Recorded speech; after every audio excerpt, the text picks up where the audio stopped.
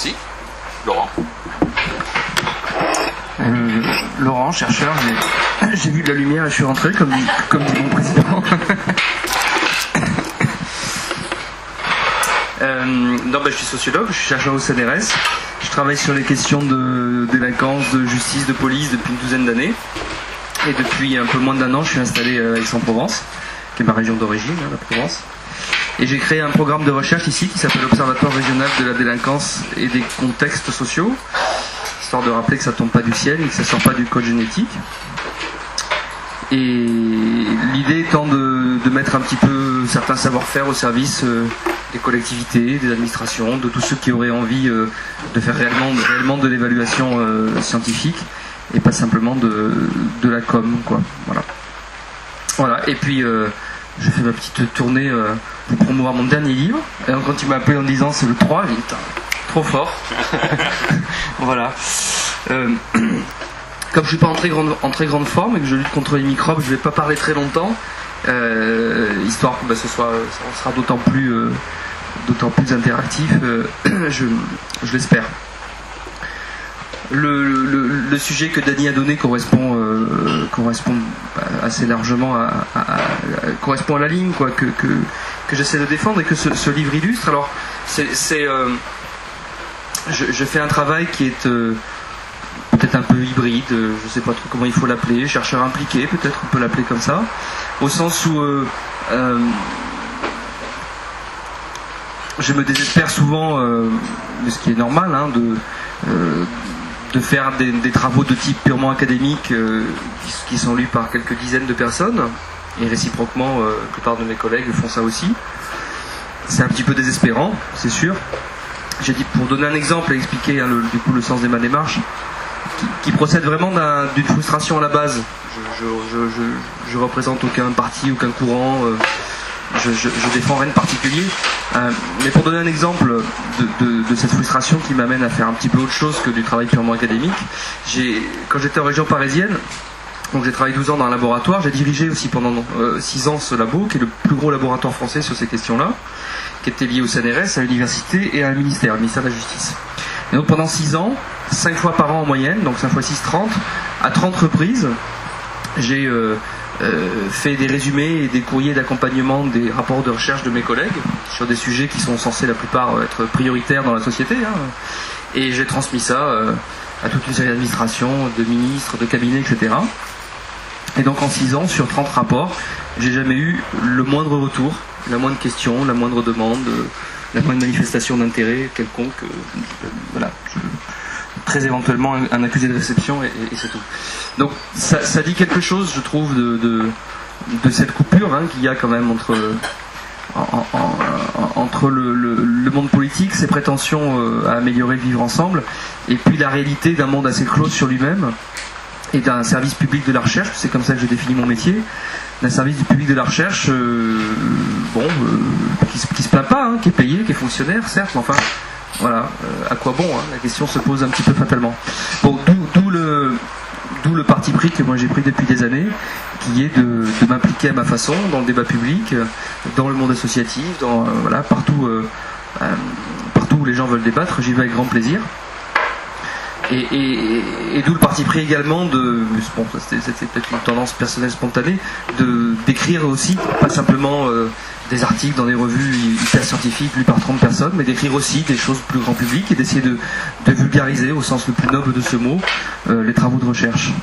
Donc c'est ce que j'ai essayé de faire dans ce bouquin, qui est un petit peu une synthèse de ce que j'ai appris au cours des 10 dernières années, à travers les équipes de recherche, puisque la plupart des travaux ont été faits en équipe, et que la plupart de ce que je sais, je l'ai appris au contact des autres. La grande majorité, bien sûr, comme tout le monde en réalité. Voilà. Alors, comment c'est construit ? Ça part de cette question de la violence, qui est un sujet en soi dans la société, qui est un espèce de sujet attrape-tout. La violence est partout, on en parle tout le temps, on la dénonce un petit peu partout, au point de ne plus savoir très bien de quoi on parle, à mon avis, puisque le même mot peut englober aussi bien une incivilité qu'un meurtre. Donc qu'est-ce que c'est exactement la violence? Ça me semble-t-il une grosse question. Donc ça montre bien qu'on n'est pas sur quelque chose de descriptif. On est tout de suite sur une représentation très, très globale. Cette représentation, elle a deux connotations qu'on peut voir également très vite, qu'on peut comprendre très vite. En général, on ne parle pas de la violence, on parle de l'augmentation de la violence. Donc c'est une représentation qui tout de suite en réalité prend place dans une peur, et dans une représentation de la société comme étant quelque chose qui va de plus en plus mal. Se cache derrière ça quelque chose de l'ordre d'une peur du déclin, de la décadence, qui sont des choses qu'on voit bien tourner dans le débat intellectuelo-politico-médiatique depuis quelque temps. Ce qui est surprenant, parce que c'est un thème très classique, par ailleurs, le déclin, la décadence, c'est pour dire les choses un vieux thème d'extrême droite. Le déclin de l'Europe, le déclin de la civilisation, le déclin de l'Occident, le déclin de la France, ce sont des très très vieux thèmes politiques. Alors, d'où vient cette histoire-là, D'où vient cette idée que la violence est partout, que c'est de pire en pire, qu'elle augmente, etc. Et que nous sommes aspirés, entraînés comme ça dans un monde terrifiant où tout le monde devient violent, où la violence en plus est gratuite. On entend ça aussi un peu tous les jours. Donc en plus, la violence n'a pas de sens. Donc c'est quelque chose qui fait d'autant plus peur que c'est anonyme, une espèce de menace qui plane comme ça, qui n'a pas de sens, qui peut donc nous tomber sur un coin de la tête, mais on ne sait pas exactement ce qui va nous tomber sur le coin de la tête. Donc c'est une espèce comme ça de magma de peur qui fonctionne un peu comme un trou noir, qui aspire tout sur son passage, tous les débris, toutes les bribes d'informations, tous les faits divers, tout ça est aspiré dans ce grand trou noir qui s'appelle la violence. Bon.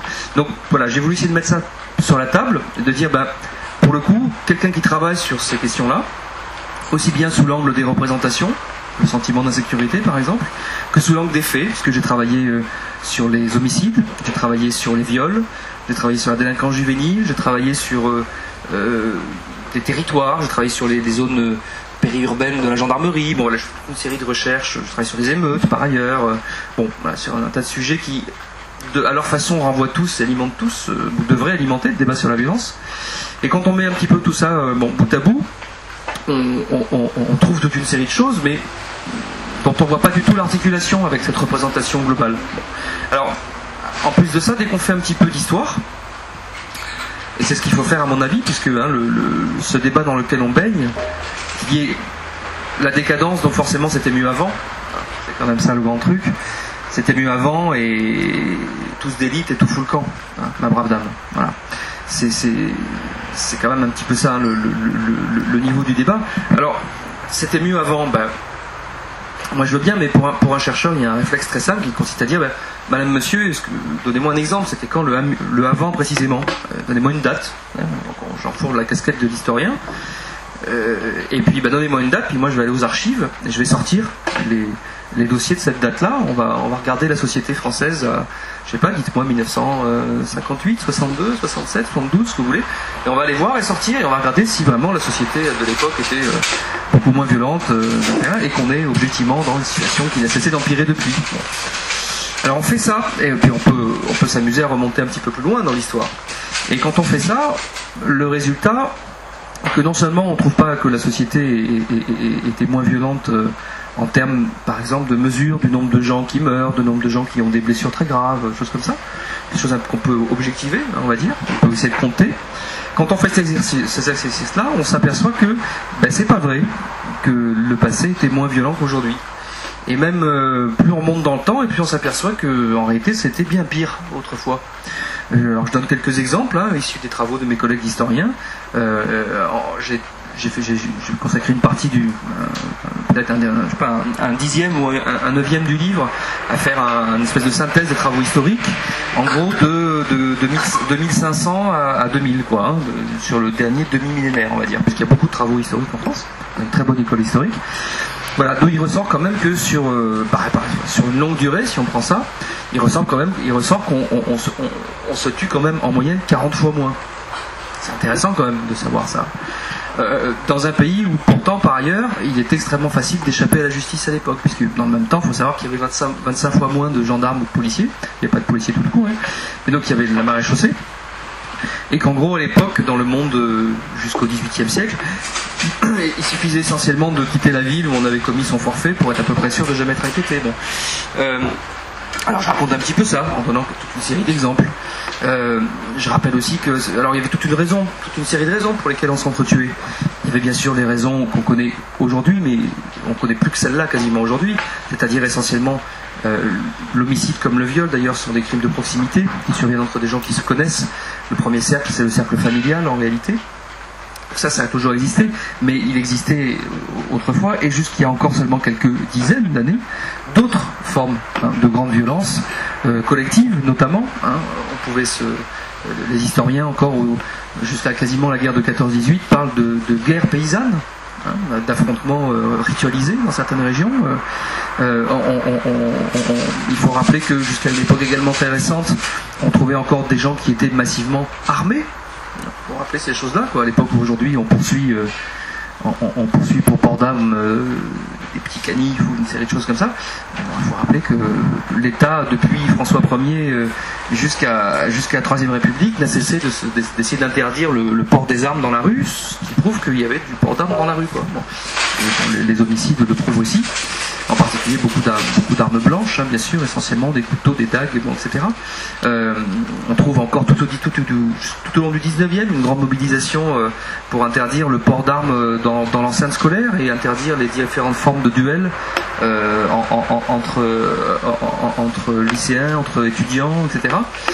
On trouve même d'ailleurs que le duel, pour parler de lui, non seulement n'a pas disparu au 19e, mais même à certains égards, l'entrée dans le monde du 19e, l'entrée dans le monde républicain, l'arrivée de nouvelles élites bourgeoises, au contraire a décuplé la pratique du duel, qui était autrefois réservée aux nobles et aux militaires, et que on a vu les avocats, les médecins, toute la grande bourgeoisie qui monte dans l'appareil d'État au 19e, se mettent également à singer l'aristocratie et donc à provoquer en duel. Il faut rappeler d'ailleurs que le dernier duel quand même célèbre dans l'histoire de la République, c'est quand même un duel qu'on connaît bien ici, puisque un des participants c'était Gaston Deffer, et c'était à la fin des années 60. Vous voyez, tout ça est pas très très loin.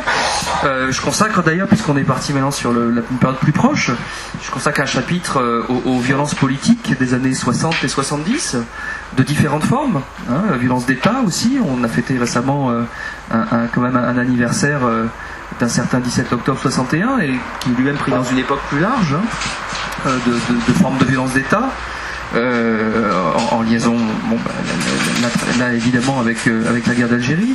Je rappelle que dans les années 70 et jusqu'au milieu des années 80, jusqu'à l'alternance politique en fait dans la 5e République, je rappelle que à l'extrême droite comme à l'extrême gauche, on légitimait le recours à la violence physique. C'était vrai aussi bien évidemment des extrêmes droites diverses, mais c'était vrai également de la gauche prolétarienne, de toute une série d'organisations d'extrême gauche, et que d'ailleurs il était fort rare que des manifestations ou des meetings se déroulent sans finir en baston, organisés par tel autre, et que les choses ne se réglaient pas à coup de jolies phrases, mais à coup de bâton, de barre de fer, etc. Bon, voilà, et que je rappelle également que jusqu'à une date relativement récente dans l'histoire, les élections, y compris locales, voire très locales, suscitaient diverses violences qui pouvaient concerner du personnel politique, des couleurs d'affiches, etc. Et dans certains cas, allant volontiers jusqu'au meurtre. Et également quelques cas célèbres à Marseille, mais pas que là, ou dans le Var, etc. Que, pour des raisons diverses, y compris de lien avec le banditisme, toute une chronique de meurtres de type politique. Je rappelle également que même au-delà du temps de la guerre d'Algérie proprement dit, les violences racistes ont déferlé pendant une génération quasiment après la guerre, que les années 70, et encore notamment, pas seulement, mais puisqu'on est là, notamment dans la région marseillaise, ont été, et on ne parle pas là encore une fois d'insultes ou de claques ou de gestes obscènes, on parle de bastonnade, on parle de meurtre. Il faut rappeler que d'ailleurs un journaliste d'investigation avait publié aux éditions La Découverte au début des années 90 un livre totalement oublié aujourd'hui qu'il avait appelé Arabicide. pour qualifier un type de meurtre, qui était le meurtre des Arabes, pour des raisons strictement racistes. Et rien qu'en faisant un décompte des années 70 et 80 sur 20 ans, il en comptait quand même plusieurs centaines. Donc c'est pas de la, voilà, c'est pas de la rigolade. Donc voilà, je rappelle toute une série de choses qui font à l'arrivée se dire, mais dans quelle étrange amnésie collective sommes-nous, de nous imaginer comme ça découvrir un monde de plus en plus violent, alors que dès qu'on regarde un petit peu objectivement le passé, on s'aperçoit que nous vivons probablement l'époque la moins violente qui ait jamais existé de ce point de vue-là. On est bien d'accord, on est toujours en train de parler des violences physiques, sexuelles, etc. Des choses des violences interindividuelles qui touchent les individus dans leur chair, on va dire, d'une manière ou d'une autre. Voilà. Et le tout en temps de paix au sein du territoire national. Bon. Alors je pourrais continuer longtemps comme ça en multipliant quantité d'exemples dans quantité de domaines. On arrive donc à cette conclusion qu'on vit en réalité de ce point de vue-là sans doute l'époque la moins violente qui ait jamais existé. Ce qui est quand même est donc le contraire à peu près parfait de la représentation qu'on s'en fait spontanément aujourd'hui. Alors tout mon travail consiste à essayer d'expliquer ce paradoxe. Voilà. Comment se fait-il que nos représentations non seulement collent mal, mais même sont carrément l'inverse de ce qu'est objectivement l'évolution sociale. On pourrait ensuite distinguer, nuancer, parler des différents territoires, etc. Ce que je fais aussi à beaucoup d'égards, mais voilà, pourquoi ? Alors, j'avance toute une série de raisons. Les plus évidentes, celles qui sautent aux yeux, c'est bien sûr la façon dont ces peurs sont manipulées. Manipulées par les discours politiques, bien entendu, j'en donne quantité d'exemples, avec la fabrication des boucs émissaires qui vont avec. Donc les jeunes délinquants sont, depuis le milieu du 19e siècle, une cible constante. Et d'ailleurs, dans le discours politique et dans l'action parlementaire et dans l'action législative, on voit bien comment la justice des mineurs est devenue une véritable rente politique, puisque tous les 6 mois, on réforme la justice des mineurs, sans se demander l'impact des lois d'avant, etc. Il n'y a pas là non plus pas d'évaluation, c'est purement de la communication politique. Mais on voit bien comment, évidemment, également les étrangers, dans leurs diverses catégories, ça peut être les étrangers en général, ça peut être les immigrés, un truc bizarre dont on ne sait pas trop ce que c'est, parce que évidemment c'est pas la définition de l'INSEE des immigrés, c'est un truc pas bien blanc, quoi, en réalité c'est ça. D'où la question évidemment fatale qu'on peut se poser, c'est-à-dire combien faut-il de générations pour que les gens soient juste français? Ont-ils une chance de l'être un jour d'ailleurs, si malheureusement ils n'arrivent pas à gommer un peu le teint bronzé de leur peau? Donc les étrangers, les immigrés, on a vu plus récemment évidemment les Roms qui ont dérivé parfois dans les Roumains, on a vu à Marseille récemment les Comoriens, que manifestement beaucoup de gens se représentent comme peuplade d'Afrique subsaharienne, ne connaissant manifestement pas l'histoire de cette ancienne colonie française. Voilà, donc je développe évidemment assez longuement ces choses-là en décortiquant les discours politiques, etc. Et en montrant par A plus B pourquoi telle affirmation est erronée, telle autre est un mensonge éhonté. Voilà, parce que j'aime bien dire les choses comme elles sont, et en citant les responsables politiques qui ont énoncé les erreurs ou les mensonges conscients en question. J'aurais voulu faire un chapitre aussi sur les malades mentaux. Et j'ai pas assez travaillé sur cette question, je me sentais pas assez costaud, donc j'ai laissé tomber en signalant quelques travaux auxquels on peut se référer, mais moi je me sentais pas assez précis, assez fin là-dessus. Mais c'est un autre évidemment genre de peur et de bouc émissaire qu'on peut trouver à certains moments. Donc il y a ça bien sûr, j'analyse aussi un petit peu le fonctionnement médiatique, la question des faits divers bien entendu, m'appuyant là aussi sur les travaux d'autres collègues. Donc la médiatisation des faits divers, en particulier à la télévision, c'est ça qui est le grand changement des dernières décennies. Dans la presse, ça existe depuis la presse populaire du 19e. Donc j'essaie d'expliquer un petit peu ça en montrant aussi comment ça fonctionne en intérieur, en m'appuyant sur les travaux de mes collègues qui travaillent sur les médias, comment ça fonctionne au sein des rédactions. Donc ça je pense c'est l'aspect le plus visible, c'est l'aspect dont chacun est le plus immédiatement conscient parce qu'on le voit tous les jours. Bon. Mais j'essaye ensuite d'aller évidemment d'aller un petit peu plus loin. J'essaye d'analyser pourquoi néanmoins ces discours, ces peurs, ces représentations reçoivent un écho dans la population. Bon. À mon avis, si nous, au sens générique, la plupart de la population prête une oreille à ça, c'est parce que par ailleurs, il existe quelque chose qui est aussi une réalité, qu'on peut étudier, mesurer, qui est le sentiment d'insécurité. Qui est quelque chose qu'on peut étudier, qui est même très intéressant, qu'il faut absolument étudier, qui est très intéressant à étudier, parce que spontanément, et sans doute dans les discours politiques, le sentiment d'insécurité est présenté comme la conséquence de l'exposition à l'insécurité objective. Bon. Quand on a le malheur de dire que c'est peut-être plus compliqué, on est évidemment tout de suite suspect d'être coupable, laxiste, d'être toutes les bêtises qu'on peut entendre du côté des auteurs et pas des victimes, enfin toute la rhétorique politicienne qu'on connaît bien, qui vise pas à réfléchir, qui vise juste à discréditer les propos adverses et à imposer le sien, quoi. Il faut donc au contraire étudier ça, parce qu'on y découvre bien que la propension à se déclarer en insécurité, je vais le définir un peu plus tout de suite, n'est pas liée fondamentalement à l'expérience objective d'avoir été victime de quelque chose, d'une agression, d'un vol, d'un cambriolage, etc. Lorsqu'on demande aux gens, alors le sentiment d'insécurité pris sous l'angle, lorsqu'on demande aux gens, d'abord, est-ce que vous pensez que la sécurité est un problème important ou croissant dans la société française? Donc, sous l'angle vraiment d'une opinion très générale. Lorsqu'on demande ça, on s'aperçoit que la majorité des gens répondent oui. Alors, après, ça varie selon la façon dont est formulé le sondage, évidemment. La plupart des gens répondent oui, mais quand dans le même sondage, lorsqu'on leur demande oui, mais vous, personnellement, chez vous, quand vous rentrez le soir, est-ce que vous avez peur? On s'aperçoit que la plupart des gens répondent non. Donc c'est intéressant de voir le premier paradoxe. Oui, c'est un problème général dans la France, mais non, moi personnellement, je n'ai pas peur. Ensuite, quand on s'interroge aux gens qui déclarent avoir peur, eux personnellement, on leur demande, madame, monsieur, est-ce que vous avez ces dernières années subi telle ou telle chose, etc. Et c'est là qu'on s'aperçoit donc que l'explication en termes statistiques des gens qui déclarent avoir peur à titre personnel, la première explication n'est pas du tout l'expérience qu'ils ont pu faire d'avoir été victimes de quelque chose. La première explication, c'est l'âge. C'est-à-dire que, globalement, c'est une loi statistique, toutes les variations qu'on veut, mais en termes statistiques, c'est tout à fait évident que, grosso modo, le premier facteur, c'est l'âge. Plus on vieillit, et plus on déclare avoir peur.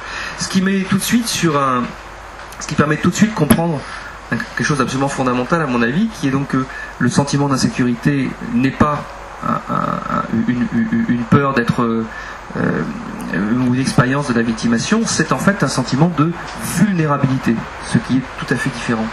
C'est-à-dire, c'est la peur au cas où.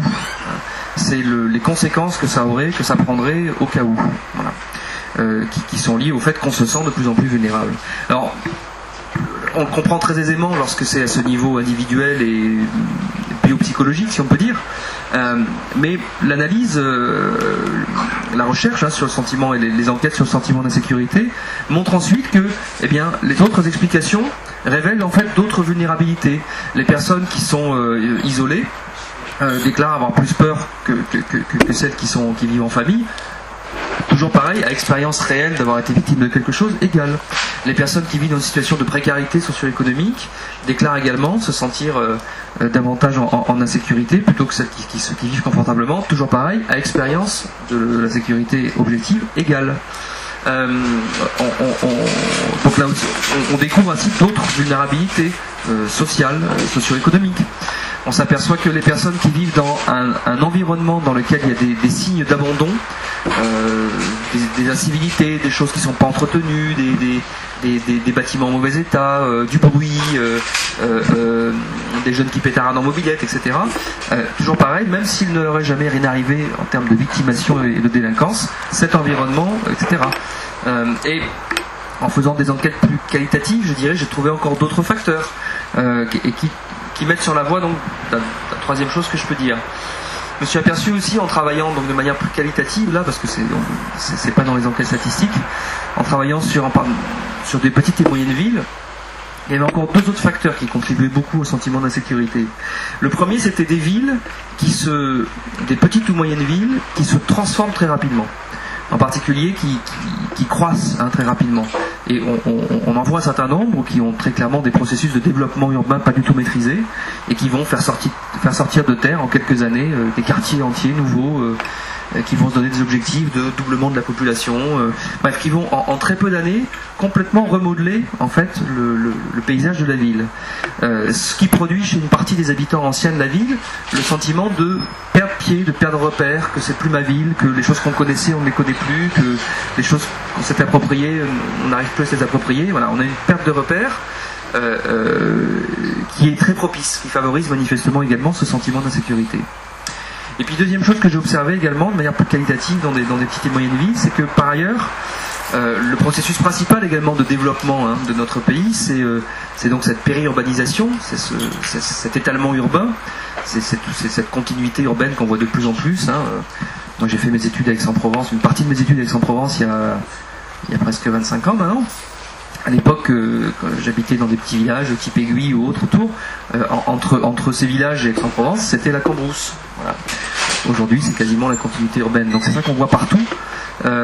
Et là, pour le coup, je me suis aperçu également en travaillant sur ce sujet-là, que dans des petites villes comme ça, qui sont autour des très grandes agglomérations, eh bien, il y avait également un sentiment d'insécurité qui était développé par ce processus d'étalement urbain et de continuité urbaine, et par le sentiment que, au fond, on était petit à petit rattrapé ou happé dans les problèmes de la grande ville, qui sont supposés être bien supérieurs à ceux qu'on connaît, etc. Ça m'a paru également quelque chose d'assez intéressant, car, encore une fois, au cœur de l'évolution de nos modes de vie, et de la façon dont on peuple le territoire et dont on peuple ces zones urbaines. Bon. Alors ce qui met sur la piste d'une chose extrêmement importante à mon avis, qui est par ailleurs ce sur quoi repose sans doute le plus profondément le sentiment d'insécurité, qui est l'anonymisation croissante de la vie sociale. C'est-à-dire, alors le fait est bien connu, le fait urbain est bien connu. C'est l'opposition classique de la ville et de la campagne, la ville anonyme, on ne connaît pas ses voisins, où il vous arrive quelque chose et puis personne ne bouge alors tout le monde a vu. Et puis la campagne, inversement, où les gens sont supposés beaucoup plus solidaires et où s'il y a un voleur et que vous criez, la moitié du village sort de chez lui et court après le voleur. Bon. Ce qui est une image un peu idyllique évidemment du village, mais qui néanmoins a un fond de vérité au sens où, encore aujourd'hui d'ailleurs dans certaines zones vraiment rurales, on trouve néanmoins toute une série de liens d'interconnaissance, on trouve une proximité familiale entre les générations, proximité sur l'habitat, sur le territoire qui est beaucoup plus grande, on trouve des liens de voisinage qui sont plus forts, et on trouve une interconnaissance qui fait que la même scène de la vie peut avoir des répercussions complètement différentes avec un univers urbain où effectivement on ne connaît pas son voisin, et on n'a aucune forme de solidarité, ni familiale, ni de voisinage.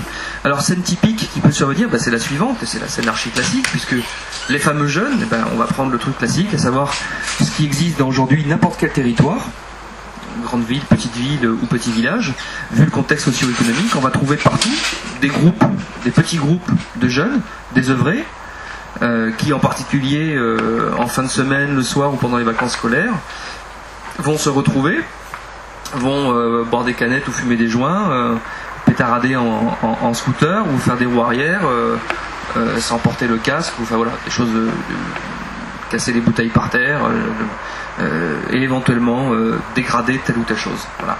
Ce phénomène-là, on le rencontre absolument n'importe où sur le territoire, alors à des échelles qui vont du micro, ça peut se compter sur les doigts d'une main, ou ça peut être dans certains quartiers populaires, ça peut être des groupes beaucoup plus nombreux.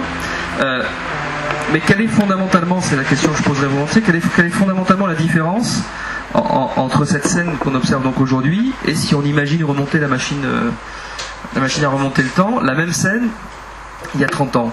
Eh ben, ce que donne à penser, encore une fois, les témoignages, les travaux d'histoire, etc., c'est que même si moins accentué par la désespérance socio-économique, néanmoins, un certain nombre de ces comportements, notamment juvéniles, sont absolument tout sauf nouveaux, et que ce qui a le plus changé par rapport à ne serait-ce qu'une trentaine d'années, par exemple, ce qui a le plus changé, c'est pas les diverses conneries, provocations et autres que font le petit groupe d'adolescents ou de très jeunes adultes en question, c'est plutôt la réaction et le désarroi que ça cause manifestement aux adultes autour. Voilà. Et ça, c'est une hypothèse, je ne suis pas le premier à faire, mais que je considère comme absolument majeure pour comprendre ce qui se passe dans notre société. Pour le simplifier ou pour le caricaturer, mais en poussant à peine les choses, je dirais au fond, tout se passe un peu comme si Il y a 30 ans, la scène que je viens de décrire en bas de la rue du village, bien ceci évidemment comme aujourd'hui, exaspérer monsieur ou madame machin qui habite juste au-dessus, qui se lève tôt pour aller bosser, etc. Sauf que, il y a 30 ans, monsieur et madame machin, lorsqu'il ouvre sa fenêtre et qu'il sort, pour invectiver plus ou moins vertement les jeunes en question, première chose, il connaît les jeunes. Il les appelle par leur prénom. Parce que toi, t'es machin, t'es le fils de machin, t'es la fille de bidule. Bon. Deuxièmement, s'il sort et qu'il crie un peu fort ou que ça commence à crier un peu fort, il y a une autre fenêtre qui s'ouvre, puis une deuxième, puis une troisième, puis une quatrième. Il y a d'autres voisins et d'autres adultes qui sortent aussi. Éventuellement d'ailleurs finalement les parents d'au moins certains de ces jeunes. Et c'est finalement ce collectif d'adultes qui va réguler ce comportement juvénile, provocateur ou autre des jeunes. Or aujourd'hui on a grosso modo la même situation. Même si on trouve des jeunes qui sont encore plus défoncés, machin, parce que, encore une fois, la désespérance et le contexte socio-économique s'est considérablement dégradé, bien entendu. Mais néanmoins, grosso modo, on trouve le même genre de choses, sauf que l'adulte qui ouvre sa fenêtre et qui sort, il est tout seul, il n'y a pas d'autres fenêtres qui vont s'ouvrir, en plus il ne connaît pas les jeunes en question, et donc il a toute chance de se faire renvoyer dans ses cordes, de se faire insulter à son tour, et donc il ne lui reste que deux solutions. Soit il essaye de dominer personnellement la situation, donc il n'y arrivera pas sauf aux faits divers dramatiques, soit il rentre chez lui, et puis soit il dit rien, il subit, soit il appelle police secours. Voilà.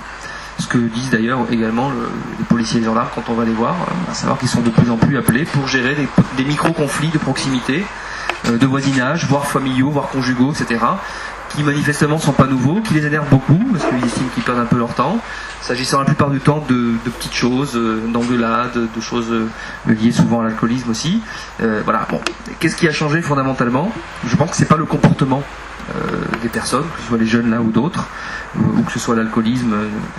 Je pense que c'est pas ça fondamentalement qui a changé. Je pense que c'est les capacités du collectif, du voisinage, de la communauté, au sens de la communauté des gens qui vivent ensemble à un endroit. C'est ça fondamentalement qui a changé, qui est considérablement fragilisé, pour ne pas dire dans certains cas quasiment anéanti, et que du coup, nous sommes entrés dans un espèce de processus de judiciarisation massive, où incapable de gérer tous ces micro-conflits de la vie quotidienne, et bien du coup, il n'y a pas d'autre solution, soit de subir, soit d'aller à la violence, soit d'appeler l'autorité publique. Et ça, c'est le processus majeur. C'est aussi ce qui explique massivement l'augmentation de certains chiffres qui sont en permanence jetés en pâture dans le débat public, notamment concernant les fameuses violences. La violence augmente, machin. Bon. Quand on va voir de quoi il s'agit dans les dossiers, on s'aperçoit que chez les majeurs, ceux qui supportent l'augmentation statistique des statistiques de police ou de justice, ce sont les violences conjugales. Or, elles sont vraiment pas tout sauf nouvelles. C'est leur dénonciation qui est nouvelle. Ce ne sont pas l'existence des violences conjugales. On est ravis, tout le monde, qu'elles soient évidemment dénoncées de plus en plus, etc. Il n'y a pas de souci là-dessus. Mais par contre, il ne faut pas être dupe, évidemment, des effets statistiques que ça a. On en parle plus. Il y en a plus qui sont visibles, qui sont dénoncés et qui sont jugés. Ça ne veut pas dire que de plus en plus, les maris tapent sur leurs femmes. Voilà. Quand on regarde chez les jeunes, on s'aperçoit que ce qui augmente le plus, je parle encore une fois en moyenne, global. Après ça, il y a des effets de contexte et de quartier qui peuvent être différents et qui, sur des périodes plus courtes, peuvent être beaucoup moins forts ou au contraire extrêmement préoccupants. En moyenne globale. Donc quand on regarde chez les jeunes, on s'aperçoit que de plus en plus, on a des affaires qui sont survenues en milieu scolaire, dont la justice est saisie, et des affaires qui, quand on les regarde dans le détail, là aussi, si on veut bien sortir des quelques faits divers ultra médiatisés, qui sont évidemment toujours les plus graves, tel jeune a donné un coup de couteau à tel autre, ou à un prof, ou au proviseur, mais quand on va voir derrière le fait divers, quand on va voir ce qu'on a fait par exemple avec une équipe sur le département des Yvelines, quand on va lire 600 dossiers par exemple au tribunal, tout ce qui arrive au parquet des mineurs, et pas 2-3 faits divers, on s'aperçoit que il s'agit en réalité 95 fois sur 100 d'insultes envers des enseignants ou de bagarres entre jeunes. Et donc là, pareil, on reprend le livre d'histoire et on s'aperçoit quand même que la bagarre de jeunes coqs dans la cour de récréation, elle est vieille quand même comme la cour de récréation. Mais alors c'est là que survient évidemment le contexte, le discours politique, également l'évolution du droit pénal, chose que je rappelle, la délinquance c'est ce que le droit définit comme tel. Avant 2004, je prends mon téléphone et en conduisant, je ne suis pas délinquant. Depuis un article d'une loi de 2004, je suis délinquant. C'est pas moi qui ai changé, c'est la loi. Donc la délinquance, c'est ce que le droit définit comme tel. Et donc je rappelle que Eh bien, donc, je le disais tout à l'heure, on réforme tous les 6 mois hein, la justice des mineurs. Alors ça finit aussi par participer à cette espèce d'engrenage, bien entendu. Hein, puisque une bagarre d'un petit groupe de gamins de 12, 13, 14 ans sur le parking des mobylettes à la sortie du collège, manifestement, quand on lit un petit peu de livre d'histoire, on s'aperçoit que ça existe depuis qu'il y a des parkings ou des cours ou des machins. Hein. Ça s'appelle la bagarre de John Cock. Il s'agit de montrer qu'on en a dans le pantalon et qu'on est bien un mec, etc. Hein. Et ça prend toujours les prétextes les plus divers de comment tu m'as traité, de machin, de comment t'as regardé ma copine, de tout ce que tu veux. Bon, le langage hein, et l'argot a changé, mais enfin les processus qu'il y a derrière sont rigoureusement les mêmes. Sauf que si je le dis des choses comme ça, tout le monde le comprend, ça paraît effectivement un processus humain presque normal au sens de faisant partie quelque part de la construction masculine, malheureusement, hein, on peut le regretter évidemment, enfin il se trouve que ça a toujours été comme ça et ça continue malheureusement peut-être à l'être, mais c'est le cas, c'est-à-dire que la masculinité se construit aussi dans ce rapport par moment à une certaine violence, parce qu'on est fabriqué comme ça, hein. Je rappelle quand même que les petites filles ont des chambres roses et jouent aux poupées, tandis que les petits garçons ont des chambres bleues et qui jouent avec des armes. Hein. Bon, on construit quand même quelque peu hein, le masculin et le féminin comme ça. Donc ça a quelques conséquences, c'est certain. On peut le regretter, mais à ce moment-là, il faut se poser des questions un peu profondes et remettre beaucoup de choses en question. Mais donc, voilà, tant qu'on le dit comme ça, qui parmi nous, messieurs ici, n'a vraiment jamais au cours de sa vie était obligé, parfois tout simplement obligé, encore une fois, hein, même s'il ne l'aurait pas souhaité, d'aller à la bagarre, hein, parce qu'il fallait voilà, montrer qu'on n'était pas une poule mouillée, quoi. Bon. Alors, si je le dis comme ça, donc ça paraît, je dirais, presque normal, hein, ce qui ne veut pas dire que c'est bien et tout ça, on est d'accord ? Juste un constat froid, sociologique, c'est pas un jugement. Par contre, si je vous dis avec le langage du code pénal d'aujourd'hui, évidemment, ça donne pas du tout la même chose. Parce que je vais vous dire, par exemple, les coups et blessures volontaires avec circonstances aggravantes ont augmenté de 10,23% à Aix-en-Provence au cours des 15 dernières années. Voilà. Ça, c'est ce qu'on peut lire dans la presse, évidemment. Et si je le dis comme ça, évidemment, ça peut produire une espèce d'effroi. Or, je peux être en train de dire en réalité, nous judiciarisons de plus en plus les bagarres de gamins dans les cours d'école. Peut-être je dis en fait la même chose. Bon. Sauf que, délit de coups et blessures volontaires, cet article du code pénal qui définit les coups et blessures volontaires a été modifié presque plus d'une demi-douzaine de fois là, depuis la grande réforme du code pénal de 1992. Aujourd'hui, même s'il n'y a aucun dommage physique et aucun jour d'arrêt de travail, c'est-à-dire pour une baffe, ça peut être qualifié de délit en termes juridiques. Ensuite, 3 circonstances aggravantes, excusez du peu. Ben oui, la première circonstance aggravante, c'est que les coups ont été portés sur mineurs. On est en train de parler de collégiens qui se sont bagarrés, mais c'est donc une circonstance aggravante. Deuxième circonstance aggravante, ces violences ont eu lieu en réunion. Et oui, c'est encore une fois en groupe, et le but est de montrer hein, qu'on en a dans le pantalon, donc c'est pas de se cacher, c'est de le montrer aux autres. Donc on est à plusieurs, oui, c'est en réunion. Et troisième circonstance, la bagarre a eu lieu dans ou aux abords d'un établissement scolaire. C'est totalement une circonstance aggravante au terme du code pénal d'aujourd'hui. Donc je viens de vous décrire un délit avec 3 circonstances aggravantes, quoi, ce qui fait froid dans le dos. Alors que peut-être je vous parle d'une bagarre de collégiens, certes pas bien, qu'on voudrait arrêter, il n'y a pas de souci là-dessus, mais néanmoins qui est vieille comme l'adolescence. Voilà, au fond. Donc ça pose aussi question et ça participe bien sûr de ce grand mouvement hein, de judiciarisation, cette espèce de grand emballement, etc. qui est parfois poussé jusqu'à l'extrême. Hein. Alors encore une fois, il ne s'agit pas de dire que c'est bien ou pas bien, que c'est grave ou c'est pas grave. Je ne suis pas sur le registre des jugements moraux hein, ou des jugements de valeur, je suis sur le registre du pur constat, froid, hein, avec tout ce que ça peut choquer, la froideur, mais c'est absolument indispensable à mon avis d'essayer d'avoir un regard un peu froid là-dessus, sinon c'est foutu. Hein. Si on part sur le registre de l'émotion, du fait divers, du machin, c'est terminé, il n'y a pas de débat, il n'y a plus que de l'indignation, et chacun rentre chez lui parce qu'il n'y a pas de discussion, il n'y a pas d'argumentation.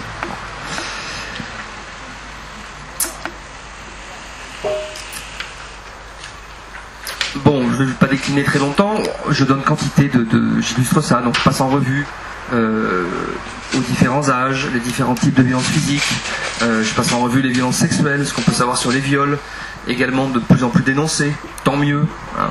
Mais ça ne veut pas dire que tout le monde saute sur tout le monde alors qu'autrefois, machin, non, à beaucoup d'égards, même il est probable qu'il y en a même de moins en moins.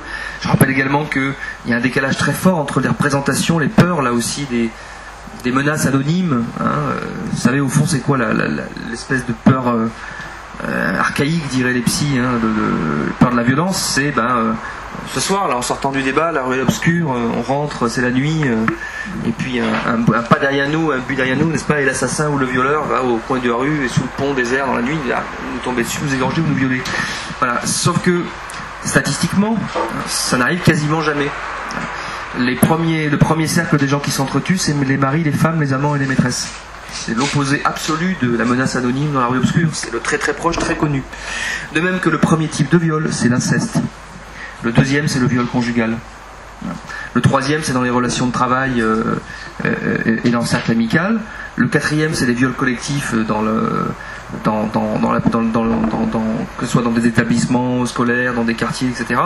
Et c'est seulement une fois qu'on a passé tout ça qu'on arrive à la petite partie qui se situe entre 10 et 15% de personnes qui ne se connaissaient pas. En réalité, donc, voilà, 8 à 9 fois sur 10, les gens se connaissaient, voire très très très bien. Bon, donc on est dans l'opposé absolu de l'image même fictionnelle, hein, romanesque aussi, qu'on peut avoir de tout ça. Bon, donc je passe en revue comme ça toute une série de choses, j'épilogue pas là-dessus. Et puis, bien sûr, je consacre aussi un moment, un chapitre à la fin, pour cette fois essayer de rentrer un petit peu aussi dans les différences selon les territoires, parce que dire comme ça les violences, ou même les meurtres, ou les viols en France, bon, c'est vraiment Bon, il faut le faire, hein, bien sûr, il faut parler d'évolution globale, mais après ça, il y a des différences selon les territoires qui sont énormes et qui sont même de plus en plus grandes. Donc il y a un chapitre qui s'appelle la ghettoisation, pour rappeler qu'on vit dans une société où de plus en plus, les gens qui vont bien vivent ensemble d'un côté, les gens qui vont pas bien vivent ensemble d'un autre côté. Bon, ce qui bien sûr a des conséquences, hein, sur les questions là qui nous intéressent, puisque toute une série de comportements délinquants et violents sont grandement accélérés, favorisés, encouragés par la précarité socio-économique. Et que donc c'est pas du tout étonnant qu'on trouve certains types, encore une fois, hein, de délinquance ou de comportements violents plus forts dans les quartiers de misère, hein, pour dire les choses. C'est pas du tout étonnant. Encore une fois, c'est loin d'être une exclusivité. Hein, et je consacre aussi un chapitre, puis peut-être je terminerai là-dessus d'ailleurs. Je consacre également un chapitre à ça, pour rappeler que c'est là que les choses sont les plus médiatisées, les plus visibles, les plus dénoncées. Hein, ce qui ne veut pas dire qu'il n'y a que là qu'elles existent. Et donc je consacre également un chapitre aux délinquances et aux violences qui surviennent dans les milieux plus aisés. Je parle des délinquances économiques et financières, mais je parle également des violences de proximité, hein, physiques et sexuelles dont je parlais auparavant, qui surviennent également dans les familles, dans les bonnes familles, hein, et qui pourtant étrangement, apparaissent très bien dans les enquêtes anonymes qu'on fait en population générale et disparaissent quasiment lorsqu'on va étudier les dossiers au tribunal. Hein. Comme si les milieux les plus aisés et les bonnes familles savaient par ailleurs quand même très bien se protéger, en tout cas avec d'autres armes que n'ont pas les milieux populaires, pour se protéger, hein, du regard de la justice, en fait, hein, de l'action judiciaire. Donc voilà quelques-unes des petites pistes de choses que je raconte là-dedans, et puis je m'arrête là pour qu'on puisse surtout échanger entre nous. Bien, bah écoutez, je crois qu'on peut applaudir Laurent.